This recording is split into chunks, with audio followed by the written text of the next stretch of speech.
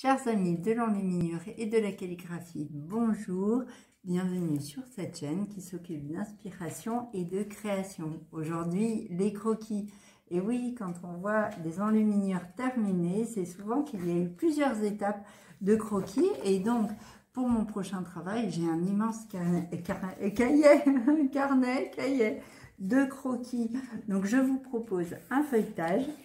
Il faudrait que je l'ouvre déjà dans le bon sens. C'est un carnet qui m'a accompagnée durant toute ma formation et où on peut retrouver mes projets. Alors les premières ne sont peut-être pas très visibles. Je vais m'arrêter sur celle-ci. Attendez, je mets dans le bon sens. Il s'agit de lettrines. Donc j'ai travaillé plusieurs formes. C'est juste de la copie. J'ai feuilleté des manuscrits et j'ai donc repéré certains motifs qui me plaisaient.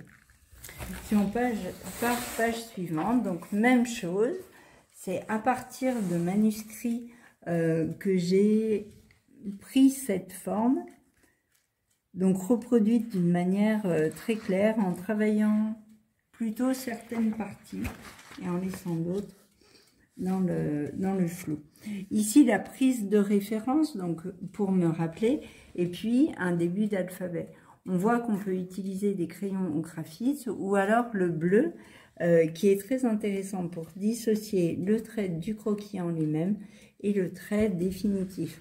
Puisque l'idée, c'est d'approcher les formes. Donc là, une recherche beaucoup plus poussée peut-être sur les lettres, où chaque fois j'ai essayé de voir les caractéristiques en mettant à moi-même des indications. J'ai travaillé aussi avec les calques pour venir voir quelle couleur serait intéressante. Pardon. Donc, voilà, en appliquant le calque, en copiant le calque par rapport au motif, voilà, pour déterminer au moment de la réalisation finale les couleurs utilisées. Bon, c'est vrai qu'il faut beaucoup d'imagination pour passer de cette étape de croquis au dessin final.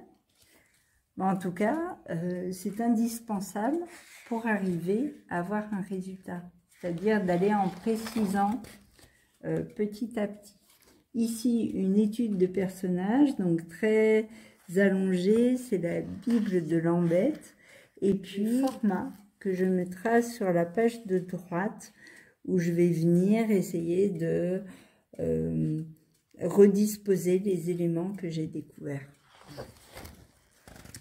Je continue ici avec Jean Pucelle, qui est mon enlumineur préféré, et ses lettrines qui sont habitées de petits personnages très vivants, dans des positions tout à fait surprenantes, et puis avec des expressions rigolotes.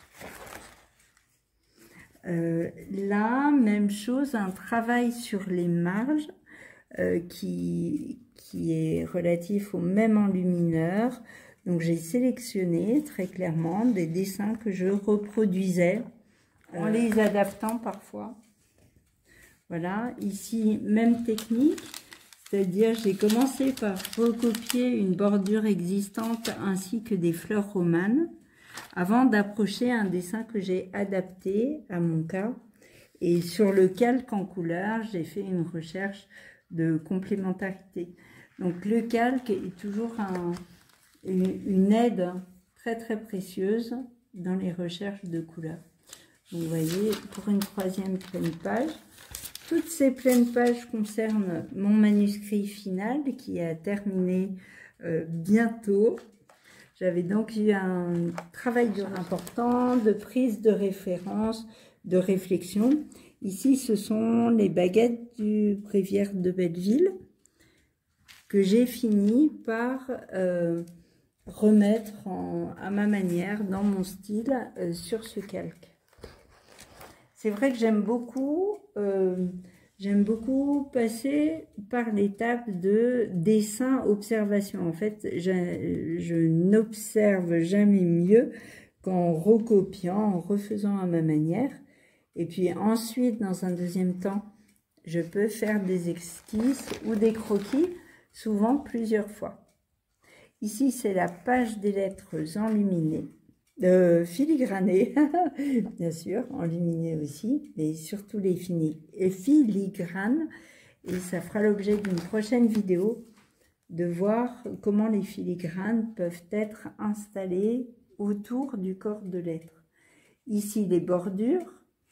Chaque élément de l'enluminure mérite une attention puisqu'il va apporter une géométrie particulière. Là, dans cette page, c'était le travail du mouvement, comment le corps peut être stylisé. Alors, c'est ce qu'on retrouve très souvent dans les dessins, les manuels de dessin. Ici, l'option, c'était de voir par rapport à un dessin existant que je pouvais reproduire où se trouvent les articulations, de manière à proposer ensuite, dans mes propres dessins, de belles articulations. Voilà, vous reconnaissez ces personnages volants et animés qui vont être l'objet de ma pleine page. Et puis, le traitement roman, où on a une espèce de structuration en amande des muscles et des parties du corps. Ici, toujours une recherche de personnages, là, avec la bordure qui va avec, ou le fond plutôt, comment placer les ailes, comment donner du mouvement.